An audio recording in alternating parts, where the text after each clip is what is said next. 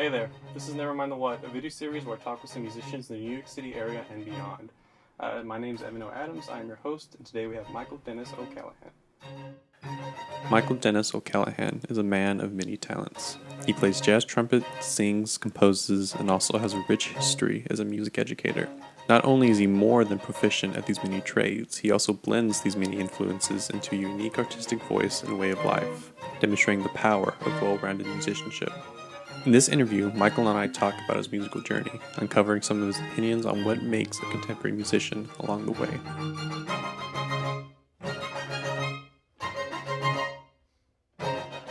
Hey there, Michael. How's it going? Good. How are you? Thanks for joining my set.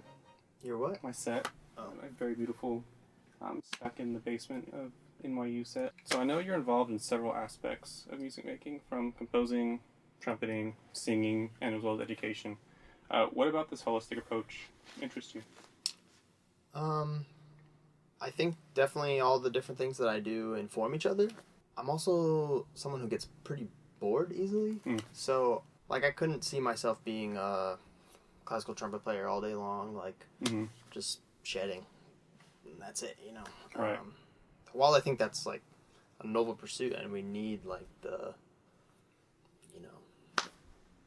Allison Balsams of the world or whatever.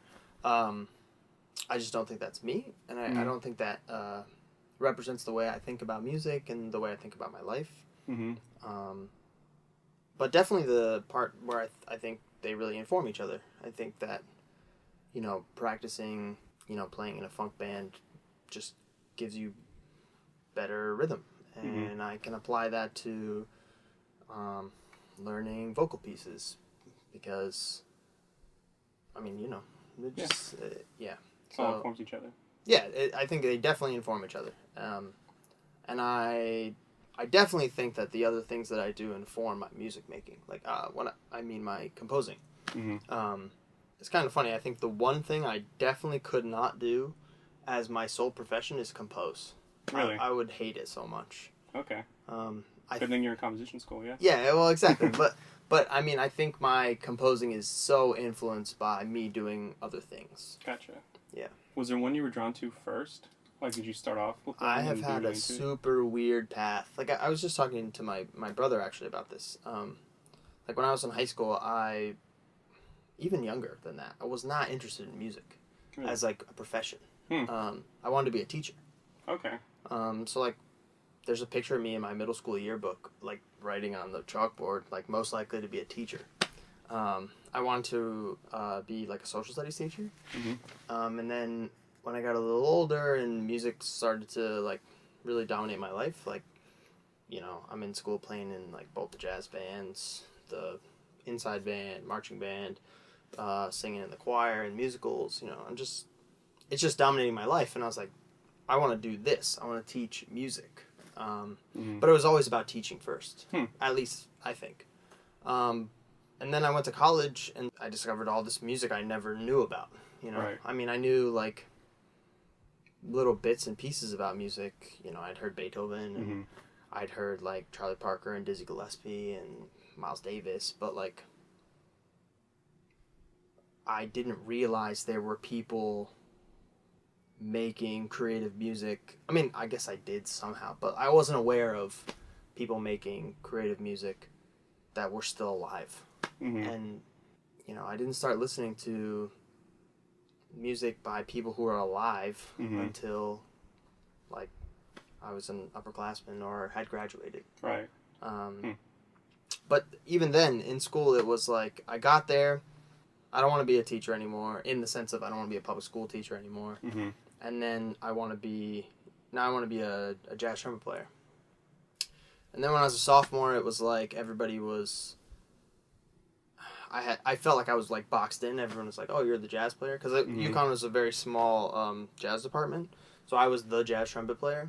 I started practicing a lot. Gotcha. I'm I want to be a classical trumpet player now. I moved into more performance stuff. Yeah, so I ended up graduating with just a BA in music with concentration in jazz, but probably by the end I realized the thing that ties all my interests together is creating my own music and creating my friends' music.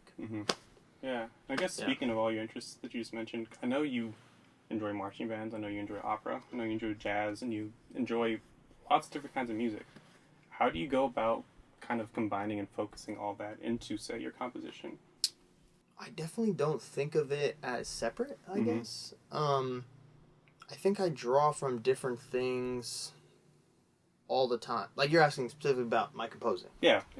I think that I am constantly thinking about my whole musical life when I'm writing. Wayne Shorter's tunes are in my head just as much as, like, Puccini when I'm, like, writing a melody and accompaniment. You know, I think those things go together. One thing I think about a lot of, like, 20th, 21st century music is it's much more rhythmic, and groove is, like, a thing I think about. And even when you're listening to, like, an Alberti bass, that's a groove. So I think that my experience of playing, like, more groove-based musics and this, like, 20th century, 21st century progression or trend maybe in contemporary classical music of writing grooves is that blends together really well.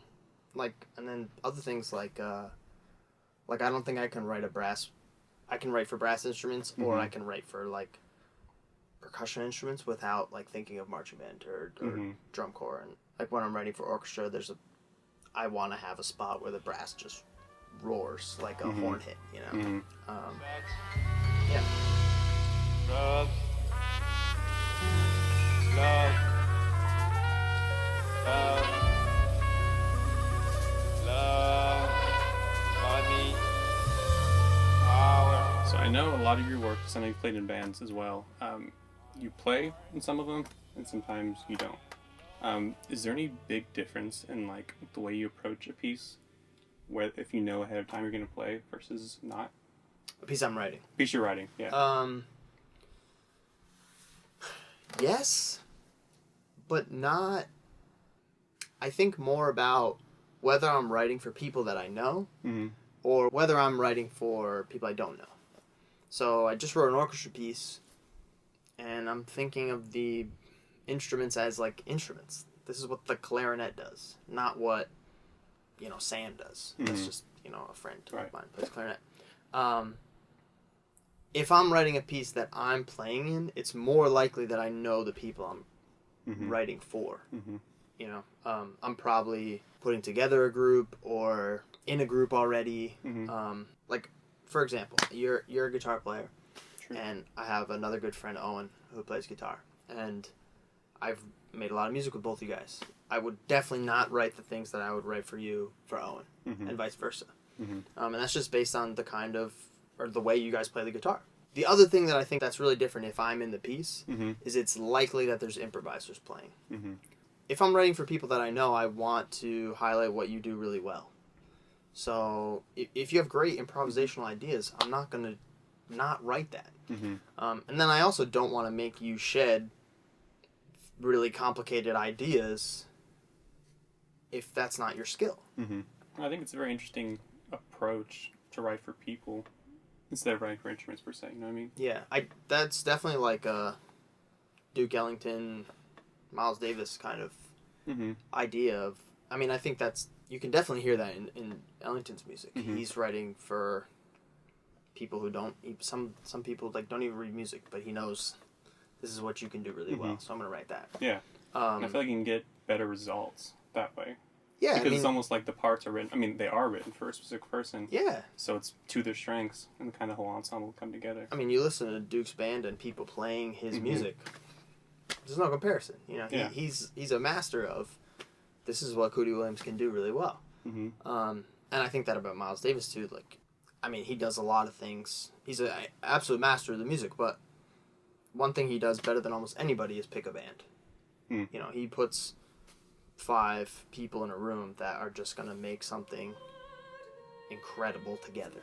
I mean, that's what I'm striving for. I don't want to force an aesthetic on a group of people. I want to say, what in this group of people combined with my musical interests, create something cool. Mm-hmm.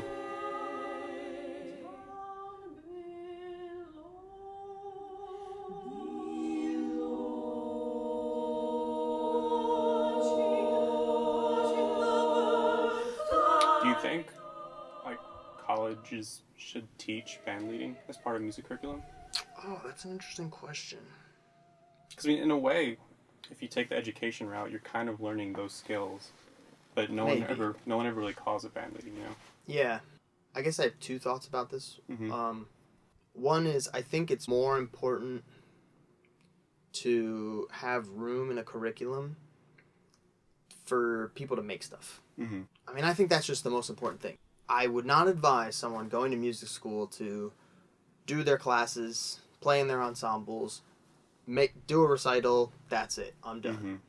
Mm-hmm. I think you got to make your own stuff. Mm-hmm. And maybe that means chamber music, or form a rock band, or make hip-hop beats, Mm-hmm. and find rappers, whatever, I don't know, it doesn't necessarily matter, but I think you're going to learn more about how to rehearse from doing stuff. Right. And for me, that was definitely chamber music and playing in a rock band. Mm-hmm.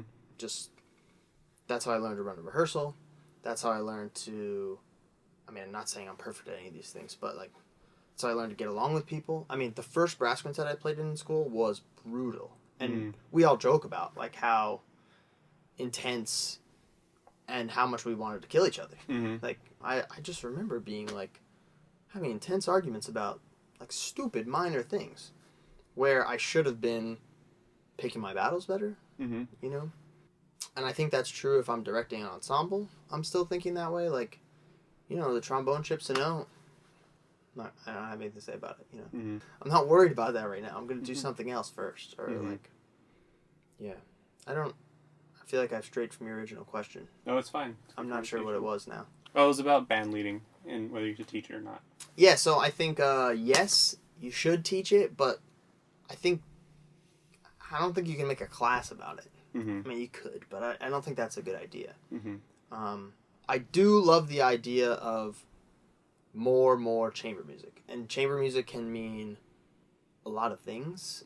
That can mean like a composer ensemble where you all write for each other. That can mean a rock band. That can be whatever. But I think you have to get in a room with other people and make stuff. Mm-hmm. Basically, my point is lots of cool, creative stuff and a lot of learning comes from you taking more responsibility over the whole music making process. Like, program a concert. Get people to come to the concert. You know, this is all stuff you don't... The hardest part of any concert. Yeah, book a venue. Like, nobody taught me how to do that. Yeah. You have to do it yourself. And I mean, I'm still not uber confident about it, but, you know... Give it a go and see what happens. Yeah. And learn from your mistakes if something doesn't go right. Exactly. I mean, that's how you write music. Yeah, true. You know? So I think in 2020, if you're going to be a musician, you got to make something. Oh, that's our show. Nevermind the What is sponsored by Nevermind the Noise Composer Collective, which is an organization made up of and ran by graduate students from New York University's concert composition program. If you want to stay up to date with our various happenings, be sure to follow our social medias shown here on screen and down in the description. Thanks for watching. See you next time.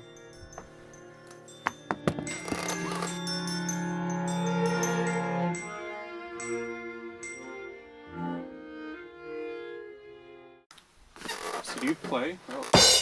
Dude, my turtle! You can't say on this. I'll bleep it out. That's funnier.